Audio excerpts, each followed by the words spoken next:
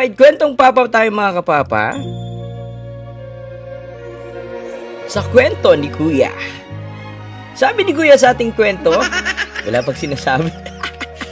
Wala ako pang heart me. Okay lang po ate. Okay lang. Alright, kwento at sulat ni Kuya sa ating kapapa. Sabi niya, yung asawa daw niya, OFW daw si Kuya. OFW pala si Kuya Armine. At siya ay nasa edad na 35 anyos.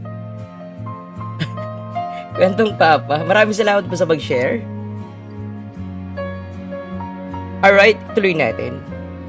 Si Kuya Arman po mga kapapa ay nasa 35 anyos na isang OFW. At meron siyang asawa sa Pilipinas na mahal niya. At sila'y wala pang anak. Sa kalaunan mga kapapa, pinakasalan niya ito at sila'y nagsama ng higit 3 taon. Nung ako po ay pumunta na sa ibang bansa, masaya pa po kaming nag-chat-chat. Nag-uusap, halos sa CR pa nga, nag-video call kami. Nag-uusap kaming dalawa araw-araw. Pero nung nagkaroon po ng one time, sobrang busy ko sa trabaho. Nagkaroon ako ng isang trabaho na talagang ikakabisi ko. Isa po kasi akong welder sa ibang bansa. At parang minsan na lang kami na nakakapag-usap ng aking asawa. At tumagal, mga kapapa, medyo lumamig na si ate. At kung sinabi kong may pag-asa pa ba? May pag-asa pa ba daw na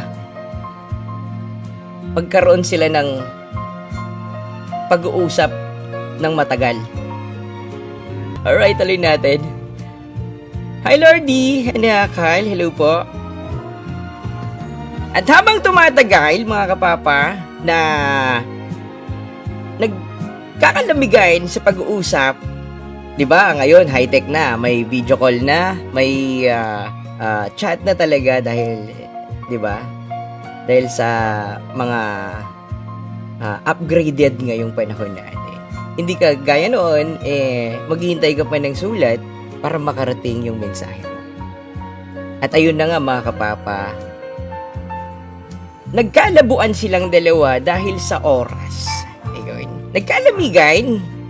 Ayun na nga, di ba, pag OFW, LDR, medyo minsan, hindi maiwasan busy ang jowa mo, di ba? Busy ang asawa mo dahil sa trabaho. At ayun na nga mga kapapa, ayan, habang tumatagal, lumalamig itong si babae. Lumalamig ng lumalamig. Kasing lamig ng yelo. At hindi masabi, sabi ng lalaki sa kanya kung ano ba ang nangyayari. Kasi pwede naman natin pag-usapang dalawa kung may problema. At ayun na nga mga kapapa. Yung mga iniisip nyo dyan o iniisip ko, eto na yun. Ang nangyari ay nayari nga talaga mga kapapa. Nung nagkalamigan na sila, nagkakalabuan, kumbaga ang inihintay na lang ni Kuya, sabihin sa kanya na, okay pa ba tayo? Pero manhid kasi, di ba? Parang, ang sabi ng babae sa kanya, pahingi ako ng pera. Sabi ng babae, hingi ng pera yung babae sa kanya. Di ba pag nasa ibang bansa yung lalaki o kaya yung babae, nagpapadala talaga ng pera. Ayun, nagpapadala ng pera, padala ng padala. What? Bill mo ko dyan, bill mo ko nun. Kahit hindi na masyadong sweet, hindi na masyadong naglalambingan, kahit hindi na masyadong, alam mo yung dating noon hanggang ngayon, parang ganun ba? At nangyari na ang nangyari, mga kapapa. Nangyari na! Ang sabi ng babae, pasensya ka na, mahal ko, nahihirapan na ako sa sitwasyon natin ito. Aray ko. Nagkakalamigan na sila at nagmamalabuan. Minamahal pa rin kita, pero may mahal na akong iba. Aray ko. Medyo masakit, di ba? Na yun. Sabi ng lalaki, uuwi daw siya ng Pilipinas para ayusin nila yung kanilang relasyon. Pero ang sabi ng babae naman ay, kung pwede, maghiwalay na tayo. Alright. At itutuloy natin yan bukas sa ating kwento.